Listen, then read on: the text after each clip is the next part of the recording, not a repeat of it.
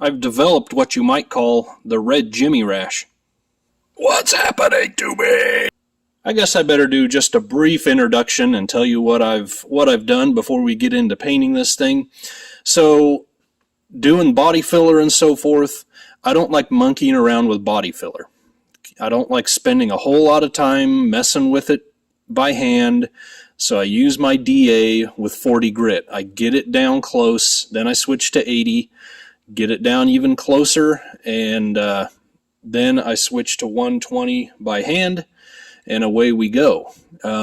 That's going to get me really, really close, and I don't have to spend a whole lot of time on it.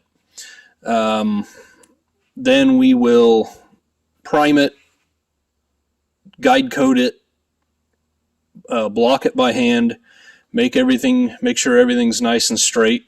If we need to fix something at that point, we'll fix it, obviously. But the thing that just drags you down on one of these projects is just that body filler. It just takes forever. Most body shops don't even want to touch a project like this anymore. I've got the bottom Rust-Oleum'd, everything is sealed up in there again, and I'm going to get a rolling cart with pallets and set it down even lower once I'm done messing around with rocker panels. GMC did an excellent job painting this thing years ago. It is very solid paint. The only paint issues we had before I tore it all apart was the clear coat had come off on the tops of the fenders and the hood and all that stuff. Otherwise, base coat and primer are in excellent shape yet. So as you can see, I did not strip it entirely. I am using it as a filler, a base coat, a primer. It is very thin, especially after I've sanded it, as you can see. And like in the case of this panel here, this panel will end up looking better than it did from the factory, because I'm at the steel on the edges. This has straightened, flattened out in between using the paint and the primer, and so that'll be razor sharp. Same thing up here. You know, we have paint and we have primer between our edges, so that'll look even straighter there. Otherwise, I'm getting down to where we see primer. We know it's thin, we know it's in good shape, we know I can prime over it and it will stay. So I'm not getting too worked up about things. We're just doing what we need to do to make it work and moving on. I'm just sanding the bottom half of the dash. If you remember, we had a hole here and then a hole on the ashtray door. Of course, painting the glove box. Anyway, this is how it's looking. I'm going to keep working. And unless anything else comes up, I've cleaned out everything once already, wiped everything down really well with glass cleaner. I'm going to have to do it again, vacuum again. I found just a little spot of rust in here, evidently from our bad windshield seal, where we already fixed the rust up above. You can see it's been eaten through here and there. And then there's a spot on that kick panel on the weld seam there. So I will treat those, and that'll be fine. It's all covered up. Other than that, I'm going to keep working.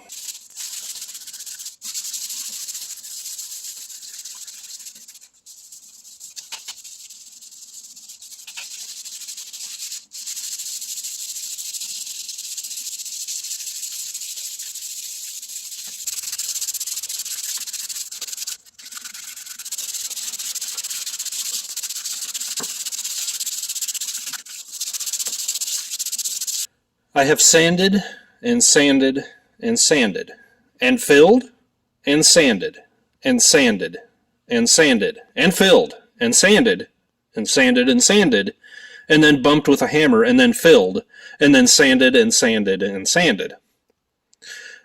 I'm still not satisfied, but I'm going to proceed. It's actually looking pretty good. There may be a few spots that I'm not 100% there with, you know, but you know how these things go. You just got to walk away at some point. Now I have cleaned, I have blown everything out many times, multiple times. I've hit it with sprayway glass cleaner many times, wiped everything out, inside and out. It's spick and span. It's as good as it's going to get. So I'm going to go home tonight. There is a whole lot of things I need to run through in my mind, and hopefully I don't forget anything. That's one of the hazards of working on projects, doing stuff at home and work, is I'm constantly shuttling tools and parts back and forth, which is fine. I'm so blessed to have the space to do this stuff in, but you got to have the things between the ears. You got to have them all lined up. So I will go through all that and try to get my ducks in a row, and hopefully tomorrow we can get some primer on this thing. Yeehaw. You know the local guys, especially if you're from a small town, the guys when you're sitting in a diner and they come in, often they're a farmer or a mechanic or something like that, and they bring with them just a wafting aura of sour grease and old crankcase oil and diesel.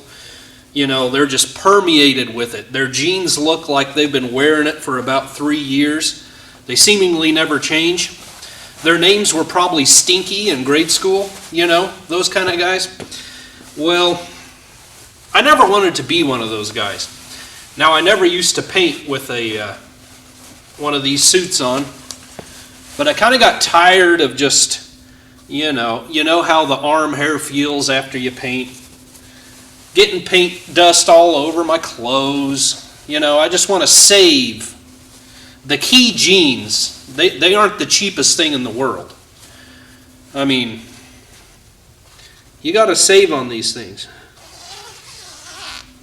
So please don't laugh. I don't know if I can handle that rejection. But, anyway, I've got new filters. Those needed to be replaced long ago. I'm going to go wipe everything down one more time, blow it off, adjust, regulator, mix the paint, and then we'll get it going. Okay, now I'm probably going to be doing a very foolish thing. I have epoxy primer and catalyst that is several years old, but it seemingly is still good. The catalyst was a little yellow. I don't know what that means. But anyway, what it is, it's Summit's DTM epoxy primer. And I'm going to be shooting it out of this little old gravity feed gun I got at a paint shop years ago. I use this thing for all my dirty work, and it gets abused. I use it for primers, Rust-Oleum paints when I'm spraying the thick enamel, stuff like that. I usually use this. Now that puts me at a disadvantage because I use it the least, and it's the cruddiest gun. But hopefully we can get it going. I just mixed about 20 ounces. Hopefully that's enough to give me a good coat on this thing. Don't know what else to say. Let's give it a shot.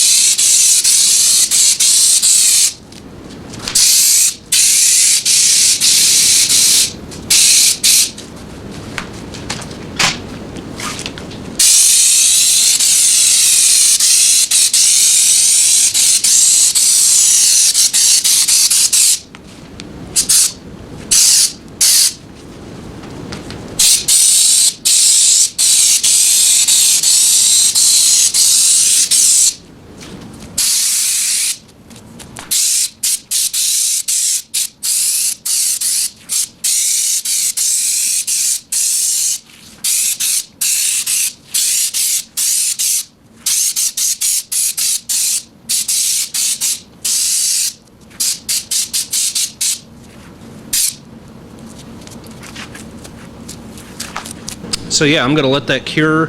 I can't do anything else this afternoon. I believe I have to clean up and leave here in a half an hour on a service call. So this is gonna cure overnight, and then hopefully tomorrow come back and spray some urethane primer. Okay, just got back from the service call, and it's 3 o'clock now. I'm gonna go ahead and spray this, the urethane primer, so that sets up overnight. Then maybe even tomorrow I can start block sanding. This is Summit's 2K urethane primer in black.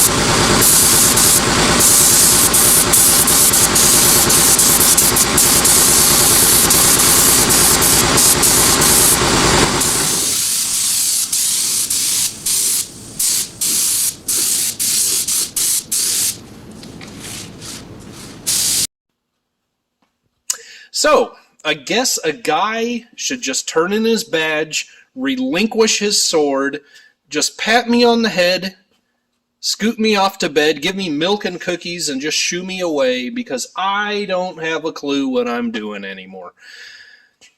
Here's what happened. So I started putting together my first pot of urethane primer. I had an old can, maybe less than half, maybe a quarter can of urethane activator.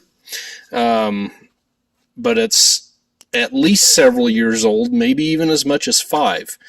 I mixed it up. It was a little cloudy on the surface, but I could stir it in. I started priming with it, and it was way too thick, but I didn't have reducer. And this stuff is way too expensive, even, you know. I know Summit, compared to other brands, isn't that expensive, but, you know, it's still expensive to buy paint. And I'm cheap, and I'm stubborn, and I was in the priming mood. I was going to prime, so I sprayed it on anyway. Wasn't happy, did 2 coats with that. Then I was out of this by that time, so I threw it in the old trash can. I had another used can, and looky there, it was reducer. I thought, suddenly I had the horrible thought, oh no, that first can was reducer as well. I just knew it was.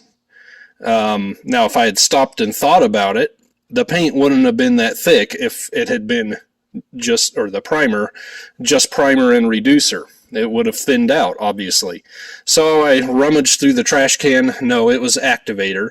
I didn't know if it would be any good activator and activate, but I felt better knowing I had activator in there anyway. So for what I had to finish up, my 3rd coat I put on, I put reducer in it. I put new activator that I ordered with this primer in it. which I should have done from the beginning. I know. But anyway, so our third and final coat was at least a decent coat. Now, it certainly doesn't hide everything that I sprayed on the first 2 times. But that's okay. Had it been a top coat, I would have grudgingly thrown away the pot of paint and done it right. But anyway, everything has got 3 coats of the urethane on top of the epoxy. That is going to be what it is. It's so nice to see it all in a solid color on the outside instead of the camouflage. I don't know what kind of environment that would have been camouflage in, but anyway, this is why they invented wet sanding. So we'll be hitting all the important areas with a guide coat, wet sanding mostly everything. I don't know that I'll bother with the jams. Certainly the dash and the areas that I already went over are the real important ones. So yeah, I'm going to get into that long and tedious task, and then we will get back together for the paint.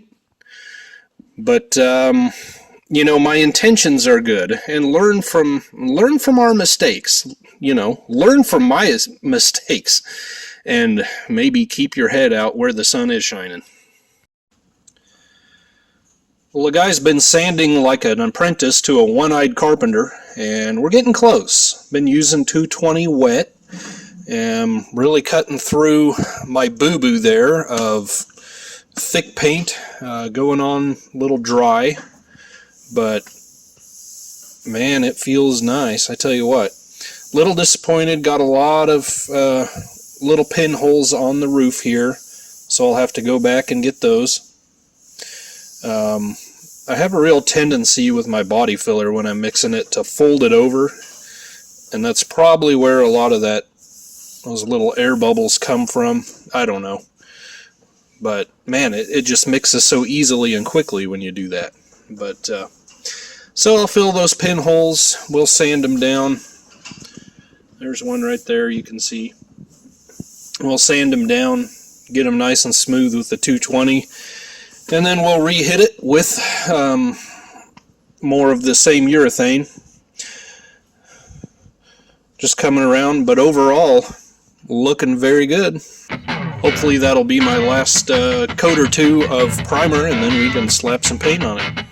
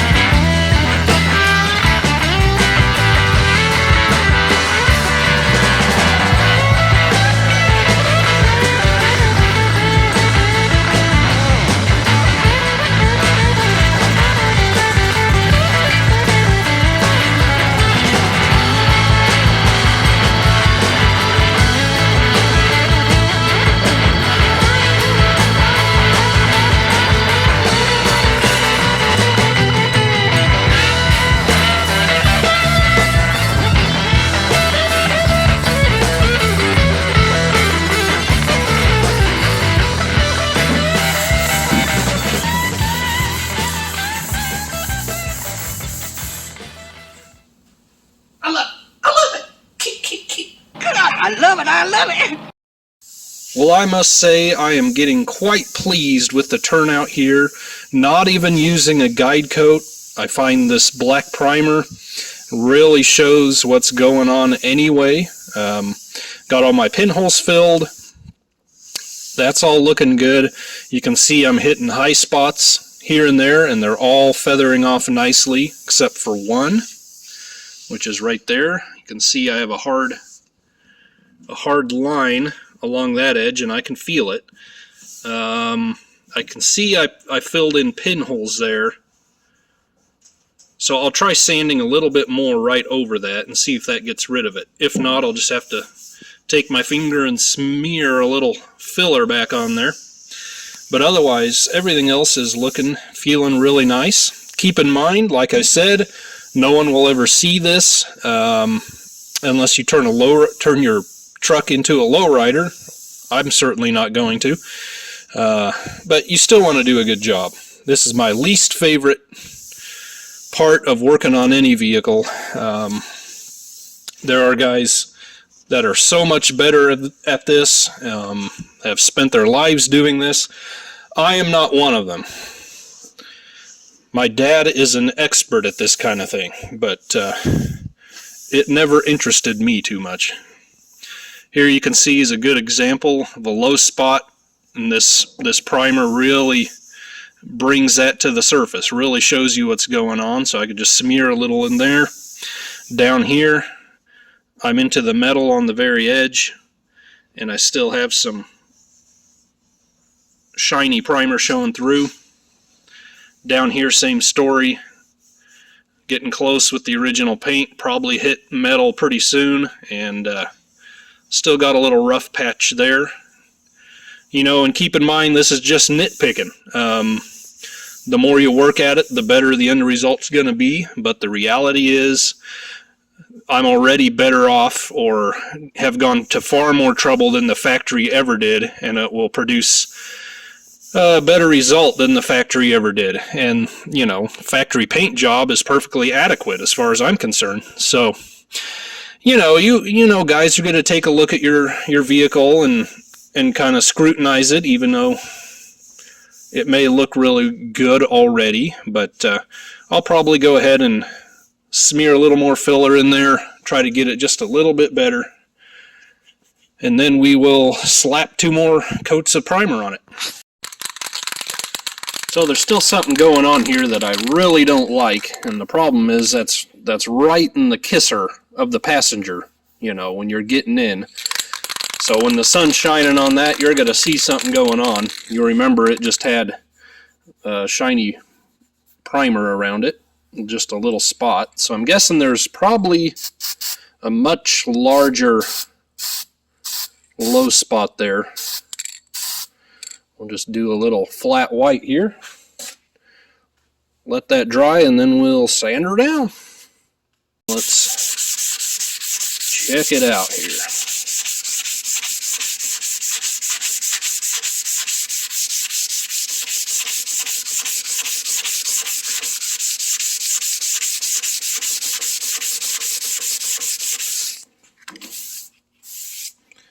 Yeah, so we still have, I mean, I'm doing fine. Just maybe some light little spots there. I could use just a touch. Just a touch. I can feel it just barely on this line there. Don't know about that one so much. That would probably go away pretty quickly if I sanded it.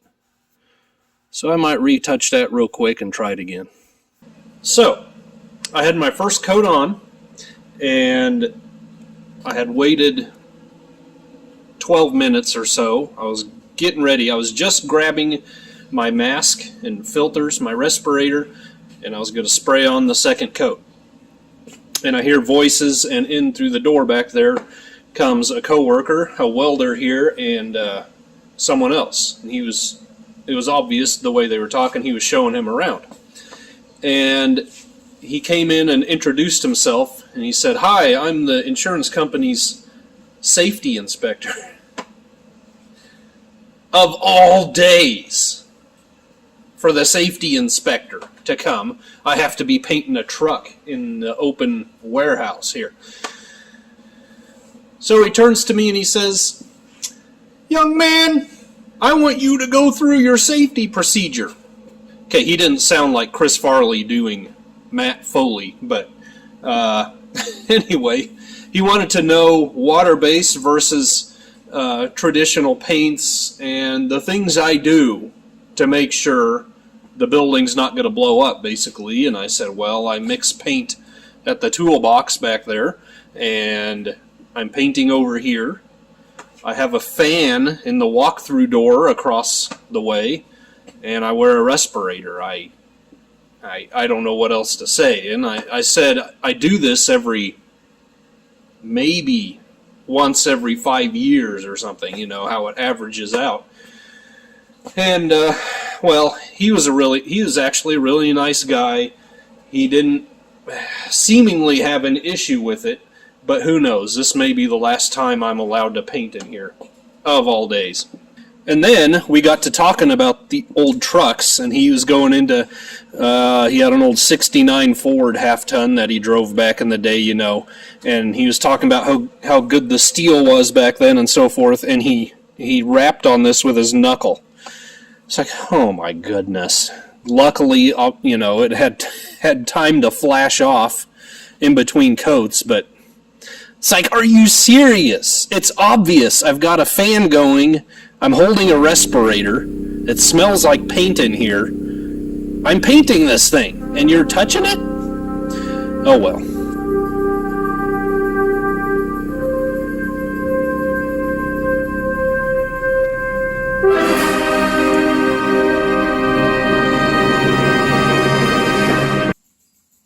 Well, I've been scrubbing for a while on the cab here with 400 grit wet, and it is looking really good.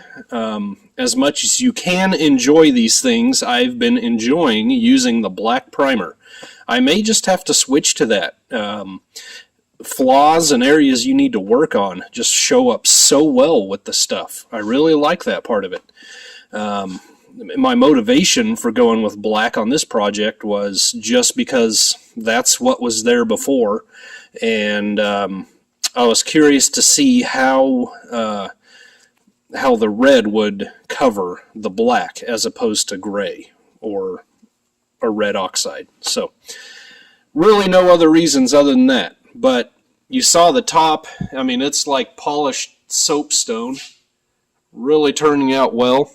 Today, however, I'm just going to hit the bottom of the dash and these two pieces here. So I'm going to tack these off in a minute, but I've got to go mix my paint first. And all I will be doing today on the dashboard is just using Summit single stage acrylic urethane. Here's the part number. Obviously the Viper Red. When I get to the exterior here in just a second with you, you know, it'll be days for me.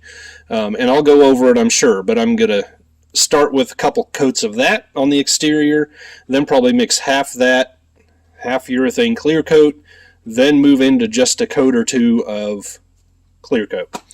I just want to play around with it. You know, this is my project, and I've never used Summit clear coat, and I just kind of want to play around and see the shine we get, the depth, you know, why not? So anyway, the dash, as far as the dash goes, I'm just going to be using a little cheap gravity feed spot gun there, and let's get to it. Ooh.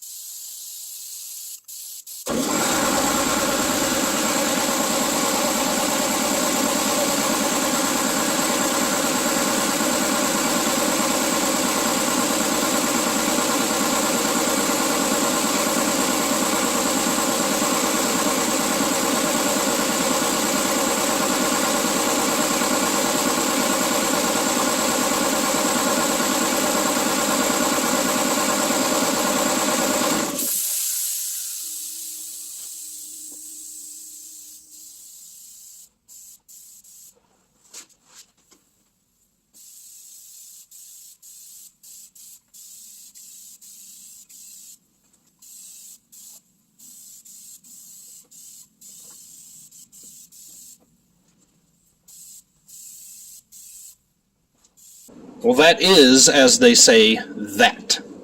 Those little tiny paint guns are little misers on the paint, you know. I had to thin it pretty good. This red paint has been a little thinner out of the gallon can than the primer has been, certainly.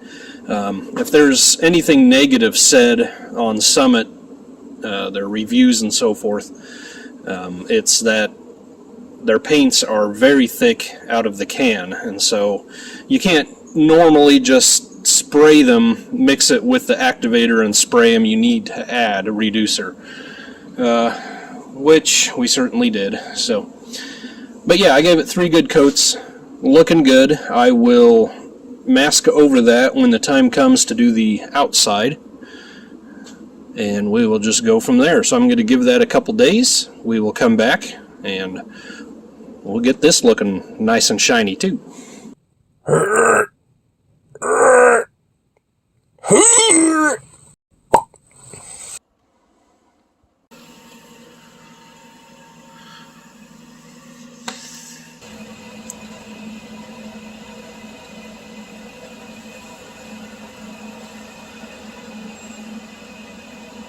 I'm looking like one of those Oompa Loompas in the lab.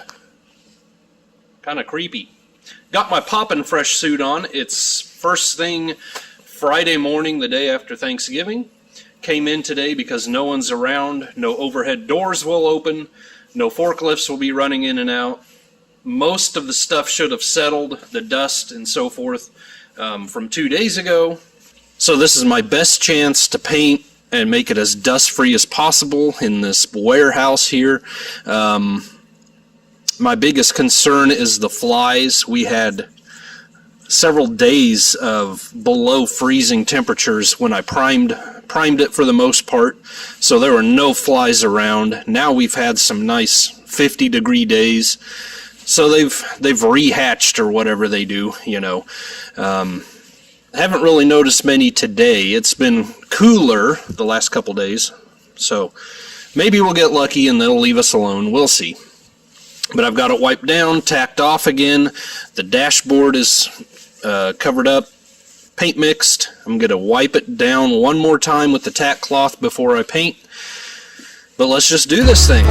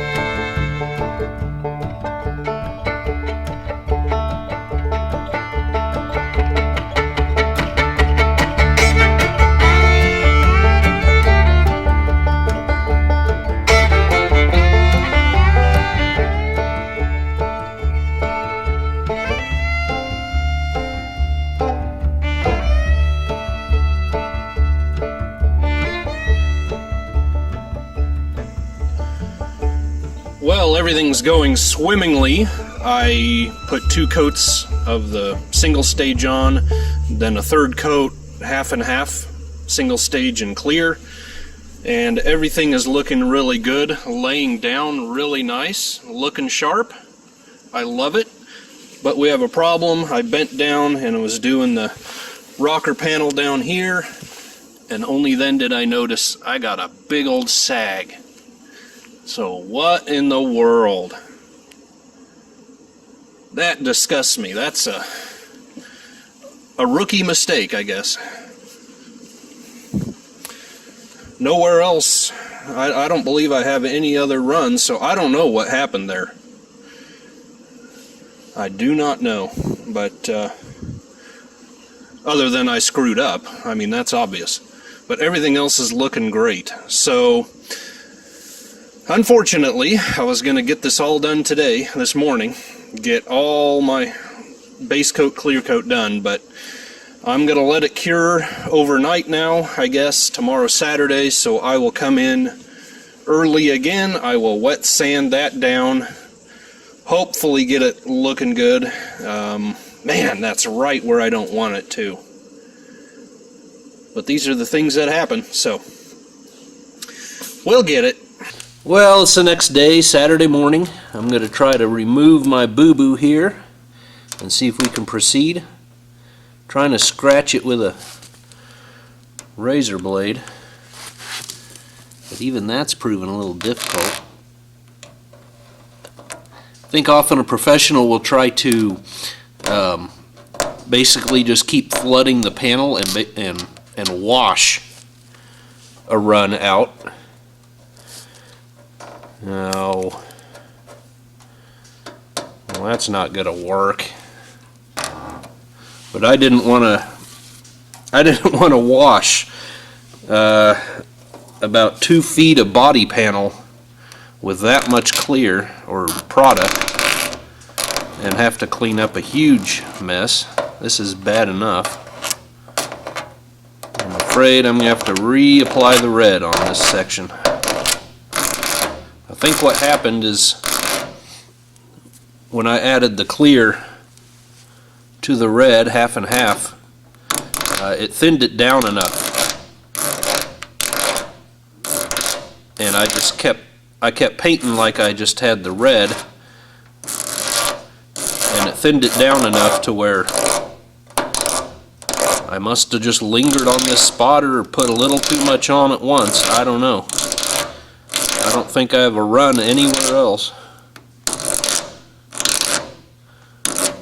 But it happens, so.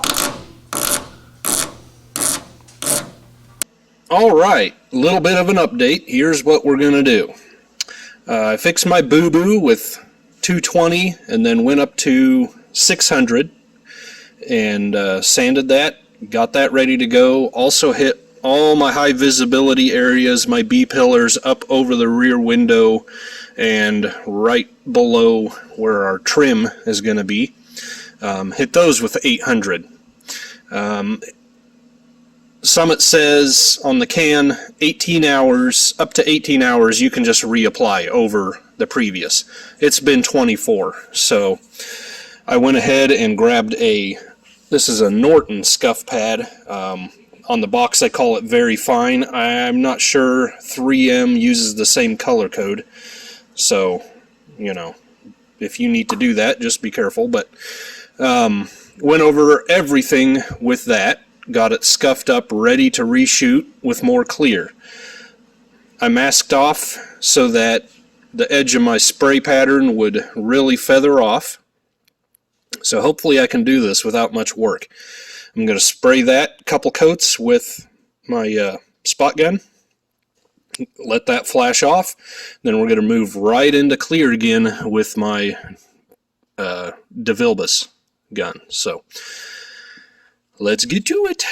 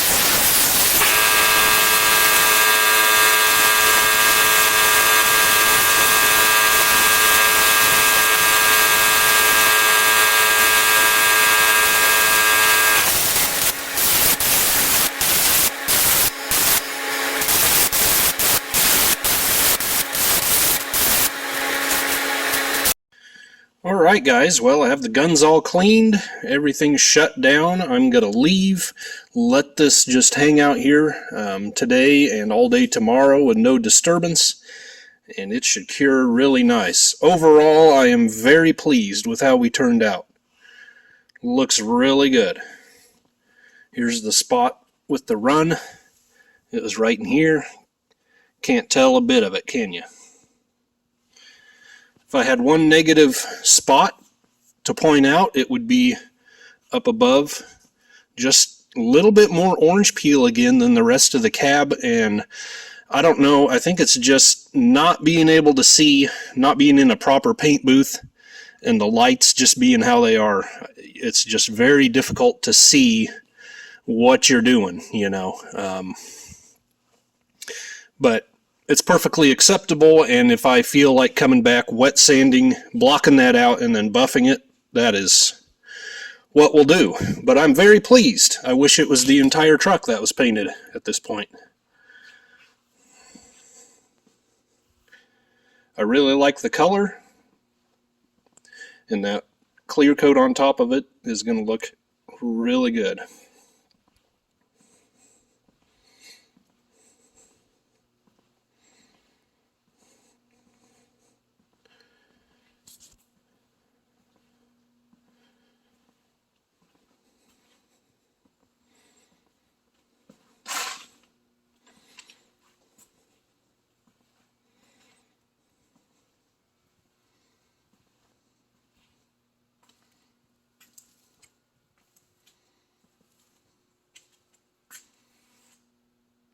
Well, there we go, guys. What do you think? Let me know down below what you think.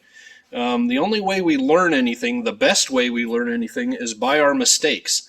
I don't paint vehicles nearly enough to be good and consistent at it. You know, maybe one vehicle every couple of years at most. And that may be pushing it as far as the average goes. Overall, very pleased, like I said. What's going to happen next?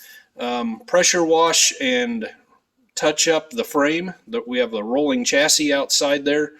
We're going to get that going, put the engine, transmission, drive shaft in it, plop the cab back down on it, maybe see if we can get it running. I don't know. We'll see how long. You know, this video already took way longer than I thought it would. So anyway, thank you so much for joining me. God bless you guys. We'll see you on the next one.